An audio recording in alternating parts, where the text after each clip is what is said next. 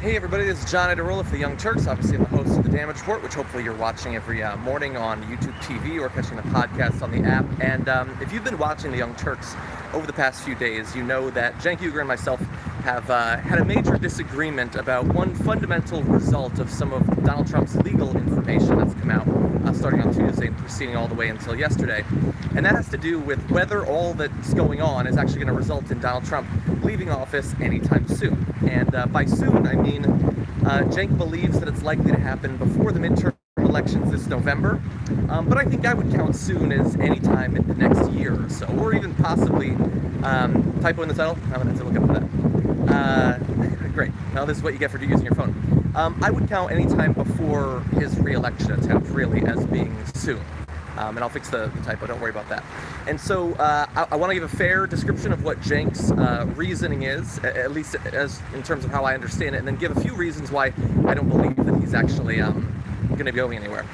So Cenk believes that with all that Mueller and the New York state level prosecutors know about Donald Trump and his associates, that they're probably going to put together some sort of case and not necessarily go through the normal process of prosecuting it and then taking him out. The reason he's going to go soon is that they'll put together all that information, show that they've got it dead to rights, present it to him, and he will step down to save himself or his organization or his family, which is not impossible. My disagreement with Cenk is not that I don't think that it could possibly happen, but I don't think that it's likely to happen for a couple of different reasons.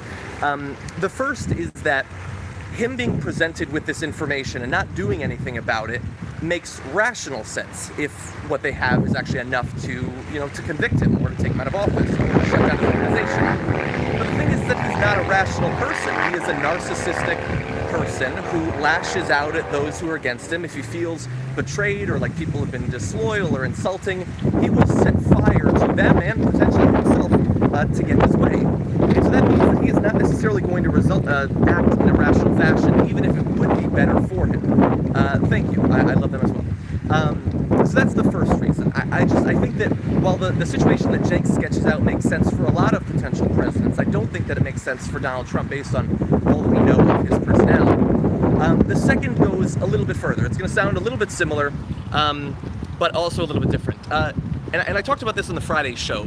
Donald Trump does not play by the rules. And by that, I mean any rules whatsoever. Here, I'll try to cup it with my hand so that it's not as noisy. I apologize, live video is a rough thing. Don't think there's really any place where it wouldn't block the noise. So I'll go a little bit closer, and I'll try to talk a little bit louder. Donald Trump doesn't play by the rules of business. He doesn't play by the rules of politics. He doesn't play by the rules of any sort of polite society or anything like that. He treats people like crap. He cheats on his wife. He cheats the people that he works with. He reneges on deals. He cheats the government out of money. He breaks laws to bring in employees, all of that stuff. And that means that when it comes time to either present the case that Cenk is talking about, or pursuing an actual investigation, and he has shown that he is not going to play by the rules in that either. And so even if they had him dead to rights, do we know for sure that he wouldn't simply lock up the people investigating him, that he wouldn't do whatever it takes to save himself and his reputation and that of his family? It's possible that maybe he's not actually the full-level authoritarian that we think that he is. But it's also possible that that's exactly what he is. And if it came time for them to present that information, it actually makes me think of the third prequel for Star Wars. I'm going to do better with the title. I'm on a phone. That it makes me think of the third prequel for Star Wars, Revenge of the Sith. When they present the information, they go to arrest Palpatine, and he has to actually make his move. It's possible that Donald Trump would do something like that. I don't know what that would look like. It could simply be shutting down the investigation. It could go further than that. But at this point, I don't know that we can really write off any possibility.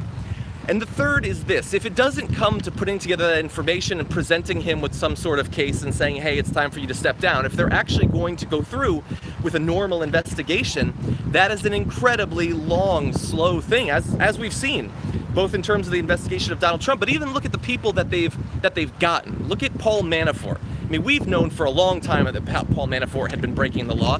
They knew for a long time. The investigators knew that he had broken the law. And yet it's still something like It's taken what? It took a year to get those guilty pleas out of him? And that's Paul Manafort, a person whom there's not really any downside to investigate him. They don't have to be quite as careful as they would be with the president. If you're going to come for the president, if you're going to make the case that he should resign, or that he should be impeached, or that he should be thrown in jail, you need to be so incredibly careful, which means that we're not looking at a year, we're looking at longer than a year. And at that point, maybe you drag it out until he loses re-election and then you prosecute him. That's sort of my fear. Now, none of this has anything to do with whether or not he actually broke the law. Obviously, I think that he did, both since he's been president, while he was becoming president, and for the years before he was president. I certainly think that he broke the law. But I think that we need to be very careful about our expectations, the hope that we have, because this battle isn't going away anytime soon. And I don't want, and I know that this is not what Cenk is trying to do at all, but since he's, set up, Justice Democrats and Wolfpack and all these organizations that are hand is there to cup the wind. Yes, thank you. And he's done all of this stuff to try to get people to be active and do what they need to do. But we need to do that. And we cannot expect that in a month or 6 months or even 2 years, Donald Trump isn't going to be president. We still need to fight on particular issues in these primaries. Some of you out there watching this video need to run for office so that the Democrats in Congress will be the Democrats that we need. We need to do all of that stuff, and we can't allow ourselves to think that this is going to be solved for us, either by Mueller or some prosecutor in New York or anything like that. So my fingers are crossed in this bet that I have with Cenk that he wins the bet. I want him to win that bet. There will be no happier moment in my life, perhaps financially, than when I hand over that $100 to Donald Trump. But I can't assume that it's going to happen, and I fear that it will not.